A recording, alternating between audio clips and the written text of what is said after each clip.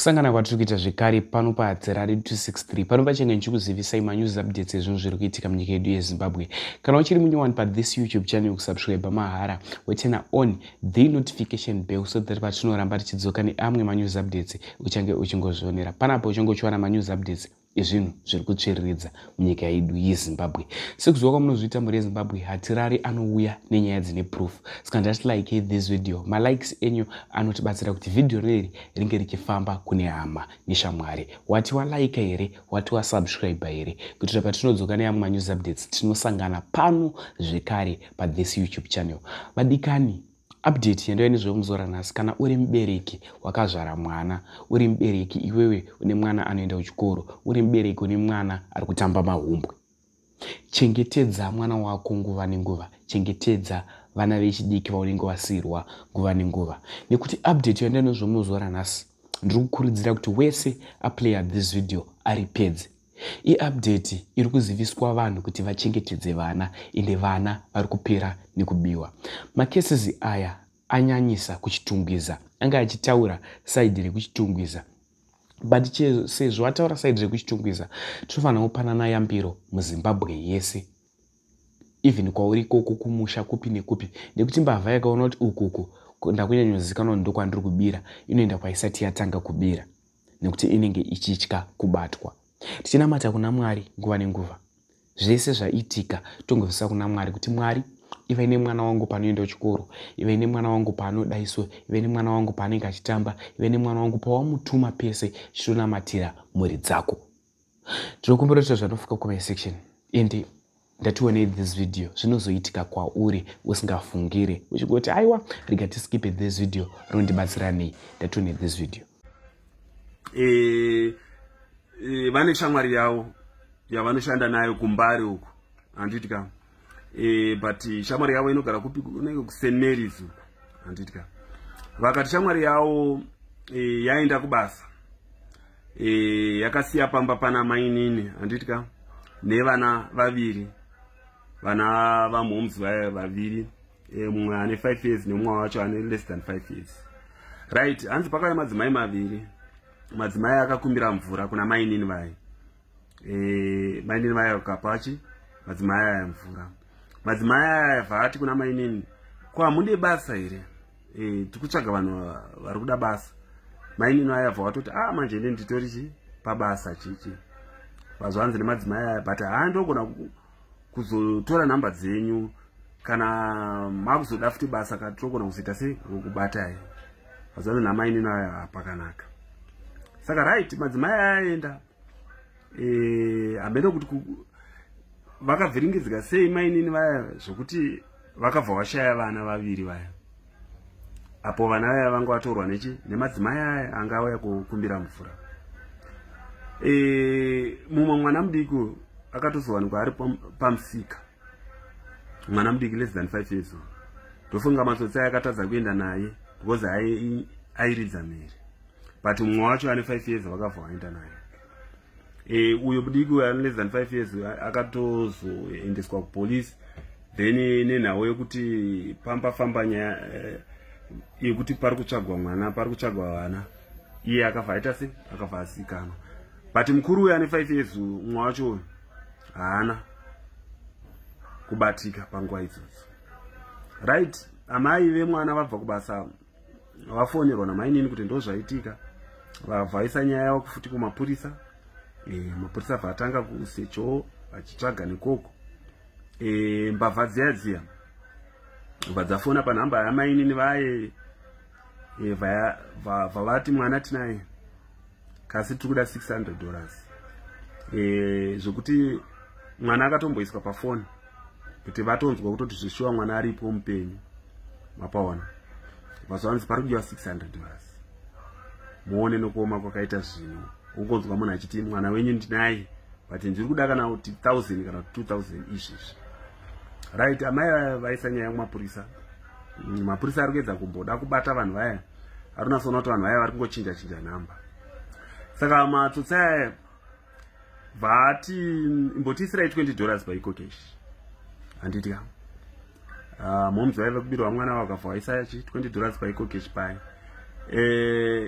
aya matsotsi aya angaenda paEcoCash handitika pamaagent paipai apa vana kushandisa futi line ravo kana foni yavo vakangokumbira agent weEcoCash kuti pane munhu atira kutoreceiva mari tikukumbirawo kutongoshandisa uchi foni yako agent uyabva ati chitupa vazanzi chitupa ko nhamba dzacho hanzi arisudzwa nemusoro but ndokuigira mani handitika amenoti agent uyawewo chi chakaitika because pamutemo chaipo EcoCash bvumidzwe kuti upe munhu mari cash out kana cash in pasina nhamba dzechitupa kana chitupa right for matsotsi ayabva areceiva $20 handitika amai vakafunga kuti pamwe vachazonzi chiuya mutore mwana wenyu but hapana zvokuti agent weEcoCash uya akatopinda ma1 nenhau idzodzo kunzi wazoreceiva sei mari uyezve kuwanwa wausina kutorera ID nhamba kana chini mapanzisa saka right amai vaya mari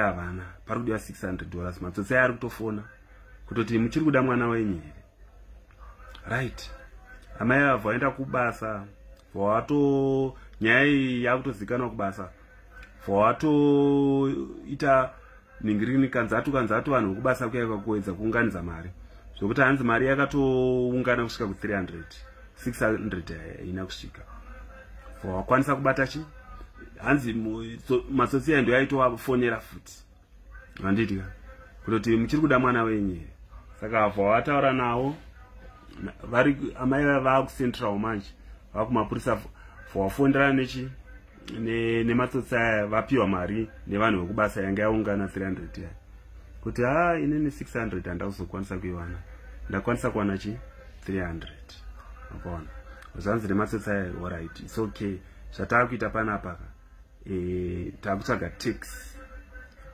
tichaisa mwana wenyu mutax topa nhingirini tax driver madirections kuti anosiya mwana kupi kunonzi kwadhedhi amene kana vanhu muchikuziva kwadhedhi uko kunonzi kwadhedhi iko ndo kuchanosiya tax kwaichaenda yonosiya mwana wenyu ikoko right tax yakabva yaenda nemwana yabva yasvika kwadhedhi ikoko madirection aya angapiwa kuti unosiya mwana pakati apona apa wetax haana kana chaari kuziva ende wetax anganzi ipay forward ka kunzi mwana wauri kuendesa iyeyuka mari yako chanobhadhira kumberi ikoko paunosiya mwana yeye asvika ikoko tax vati koko mari yangu kaya yemwana ndauya nemwana wetax uya abva atotora kunzi iwe mwana watouya naye ari kutotsvagwa anga akatobiwa hanzi wetax iye haana kutozombomira varuwa mafuta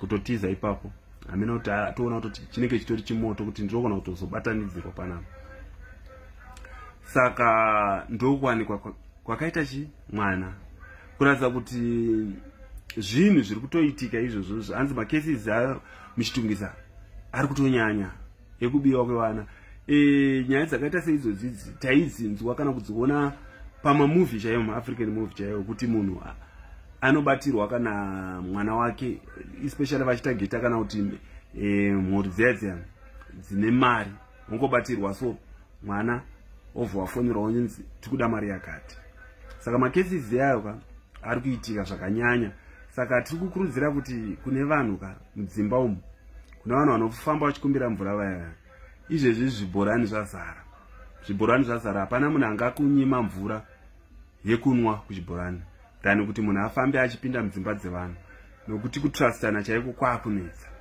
and the other thing is maagent emaEcoCash zvamunenge muchidhila nazvo zviya vanhu vamunenge muchidhila navo muri kudhila navanhu vakasiyana siyana mapanzisa saka chitupa munhu torai chitupa nhamba dzechitupa cash out cash in uyezve musatendere kuti vanhu vashandise foni yenyu please chero siri agent weEcoCash munhu chero akauya akabata airtime ye$10 achiti ndisiro ndira kungofona 1 minute chete pune munhu andira kufona naye musatendere izvozvo bvumidzai munhu kufona pafoni yenyu munhu wamunoziva kuti zvikazonzi communicate through this line ndiani panowanikwa kuti ndinhingi kwete kuti munhu ari kungopfura ari kuenda kwaari kuenda muzivani ndi munenge maakutracekwa maakutsvagwa so mapaona saka macases aya anonyanya kutaurika so kutange manyepo kana chika, but zvinhu zviri kutoitika izvozvo.